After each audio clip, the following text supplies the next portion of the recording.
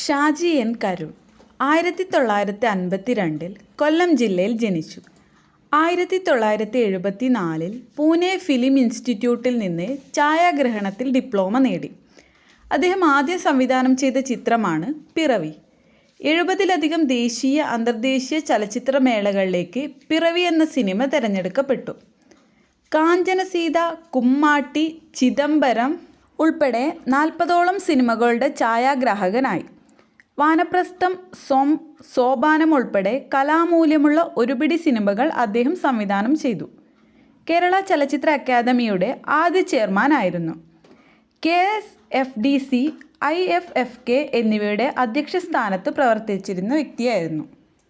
അദ്ദേഹത്തിന് ലഭിച്ച പ്രധാനപ്പെട്ട ബഹുമതികൾ ഏതൊക്കെയാണെന്ന് നോക്കാം. പത്മശ്രീ, JC ഡാനിയൽ പുരസ്കാരം, 7 തവണ ദേശീയ പുരസ്കാരം, 7 തവണ സംസ്ഥാന പുരസ്കാരം, കാൻ ഫിലിം ഫെസ്റ്റിവലിൽ ഗോൾഡൻ ക്യാമറ പ്രത്യേക പരാമർശം, order of arts and letters France പുരസ്കാരം.